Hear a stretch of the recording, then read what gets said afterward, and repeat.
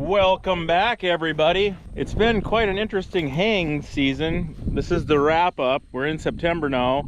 We've got some third cutting cut down, second cutting on some grass stuff cut down with some oddball stuff in it. But it's been raining, it's been dewy, and if anybody's ever made hay and you rake it, it turns into like a rope, and that's exactly what I got here. It's pretty cured, but it isn't a rope and it's a little damp underneath. So we got the fluffer from Mike. Mike's a good neighbor, puts up a lot of hay, does a really good job of making hay. He's got this thing, which is a windrow fluffer. Teeth are adjustable on how aggressive you want to throw the windrow. I had it set pretty aggressive, but we got a little breeze and it was throwing it up about this high, probably 5 to 6 feet in the air. And then what was happening, and the wind was blowing it, so I set some of the aggressive stuff down. Now it just throws it back. And you can see what it does is it breaks up that rope, and now it's back into a real nice fluffy windrow, and it's got a lot of the green stuff back to the top so it can finish curing and dry out today. So the old fluffer's gonna save the day. Let's go for it. I got a little bit of this field left to do, kind of show you what she does. Hang on.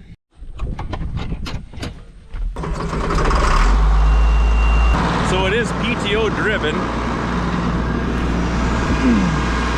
I run that about 1700 RPMs. Hang on, little buddy.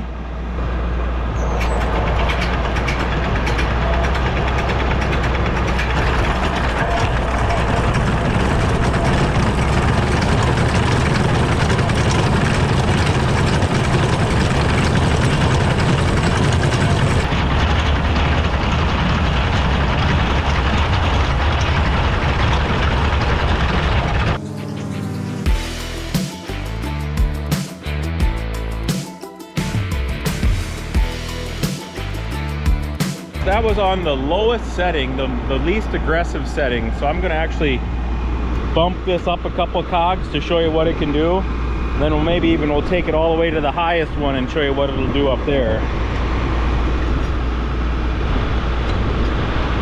So that's about in the middle.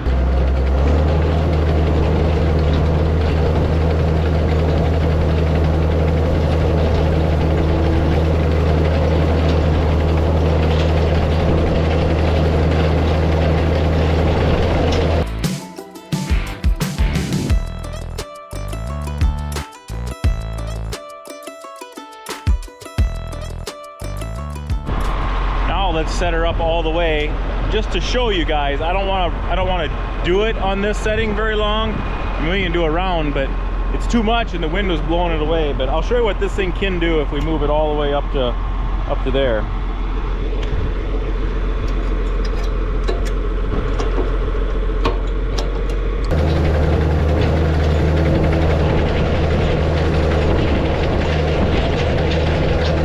If you were gonna rake this again, that'd be perfect, because it completely tedded this, fluffed it all the way out. But I don't want to mess around raking it again, so I'm gonna set it back to the lowest set.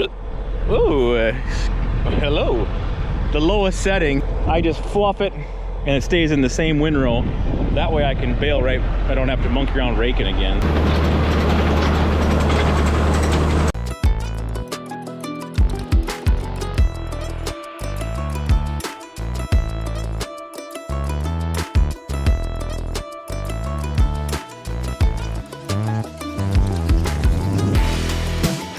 Well, we got that little field done. Now I moved over to this one. This is the field that we got one cutting off of it, and then we ran the disc over it and the super coulter, and we put some millet and some sorghum and some fertilizer. Well, in the spots where there was no hay, the millet grew. Like this is all German millet, and there's some Japanese millet, and there's some sorghum.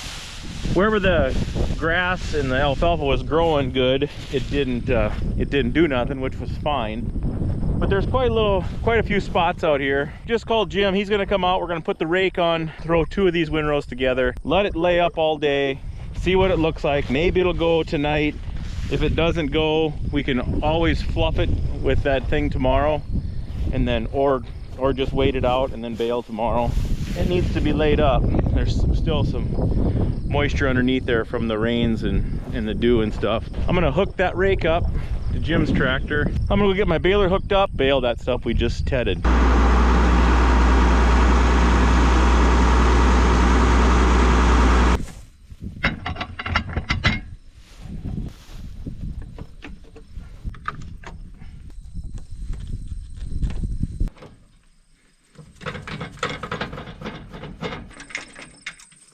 Go see where this pressure's at. So it's got quite a bit of pressure on it. Probably leave it for now. Where do you want to ride at?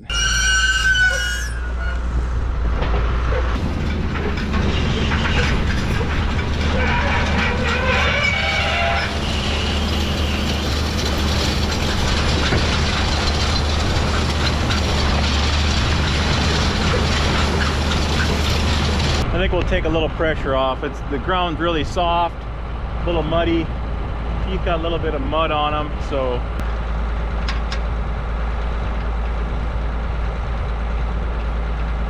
had it set up for that mowed alfalfa, which was in the morning. It was wet. I raked it when it was wet, so it kept my leaves, but it also rakes pretty hard when it's that heavy.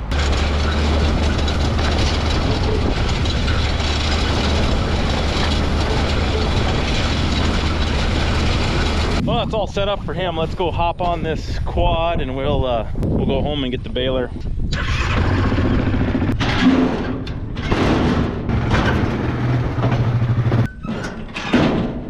So when I'm by myself a lot, I got 3 4-wheelers and I take and haul them around, and then I can shuttle myself around with 4-wheelers and a pickup and a trailer on.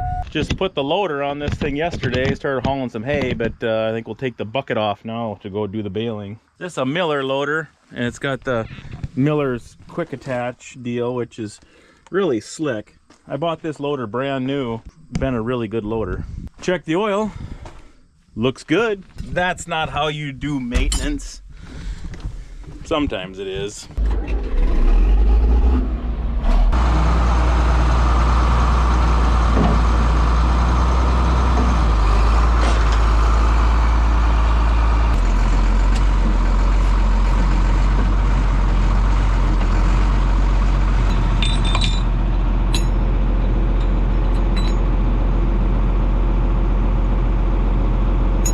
So a little trick there, I put my loader down and I put down pressure on there, which actually made my drawbar go down. So you could see that my drawbar was too high, and instead of cranking the jack up, you just push your bucket down and the tractor will sag down on the back here. So kind of cheating once in a while when you got a loader on, but we'll grease this puppy up and go for it.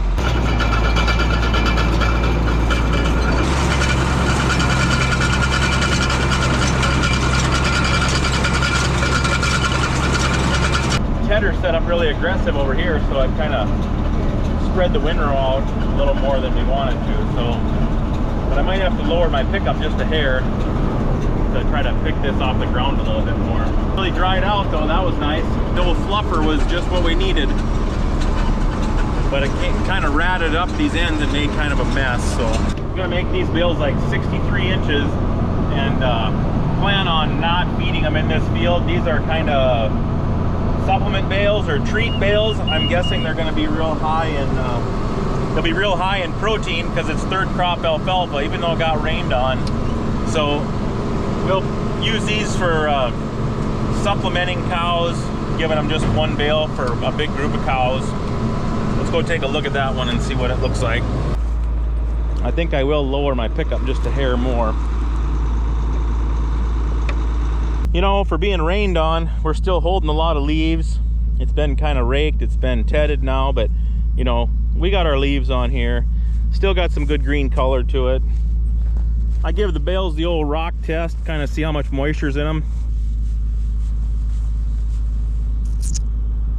Yeah, it's 19.9. It'll be fine. All right, epic time lapse of baling. Go.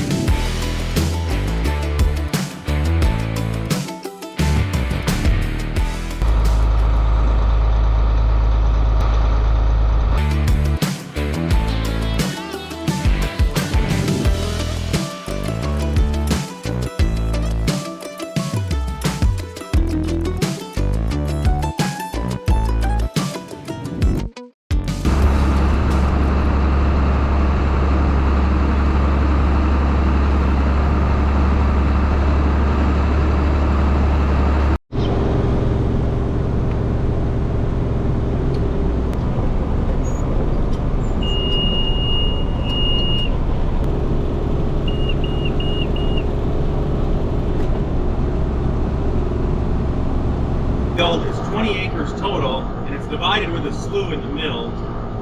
On this half, which is the west half, over the past 2 years, the first year I fed 660 bales on about, we gridded it about, and I would say we weren't on 8 acres. And then last year, I put 350 millet bales on about 4 acres, 4 or 5 acres. So this 11 acres, probably 9 acres has been covered with bales and then fed, grazed. We just turned the cows into them. 100 full-size brown bales per acre. We hauled no manure out of here. We did no leveling. We did no disking. We've done nothing to disturb the ground. We just fed them, let the ground absorb it, and whatever. The alfalfa has grown back through. 3 cuttings off of the stuff I bale grazed 2 years ago.